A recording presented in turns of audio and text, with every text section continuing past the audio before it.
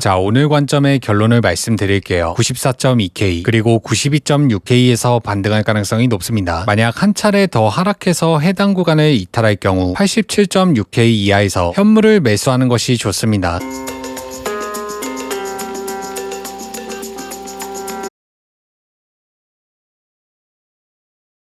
네, 안녕하세요. 퐁크입니다. 오늘도 제 관점을 말씀드리기 위해 녹화를 시작했고요. 그 전에 지난 관점 복귀 먼저 하고 올게요. 지난 2주 동안 총 6개의 영상을 올렸고 관점은 모두 동일했습니다. 90K 초반에서 반등하는 관점이었죠. 그리고 4일 전에 공지한 지지가격 94.2K, 92.6K 해당 가격을 계속해서 테스트했지만 결국 종가로 지켜주며 반등하고 있습니다. 다음으로 같은 날 공지했던 세이코인 지지가격 0.428 그리고 0.399 세이코인 공지가격도 적중했습니다. 자, 지난 영상 복귀는 여기까지 하고요. 이 밖에 궁금하신 알트코인이 있으시다면 댓글에 요청해 주세요. 다음 영상에서 다뤄보겠습니다. 그리고 채널 구독도 부탁드리겠습니다. 자, 이어서 오늘 관점의 근거를 말씀드릴게요. 첫 번째 근거 다이버전스. 현재 4시간봉 캔들의 저가는 하락했고 지표의 저가는 상승했습니다. 상승 다이버전스. 단기 상승 추세를 기대해 볼 수 있습니다. 다음으로 월봉 RSI를 볼게요. 지난 3번의 상승장 모두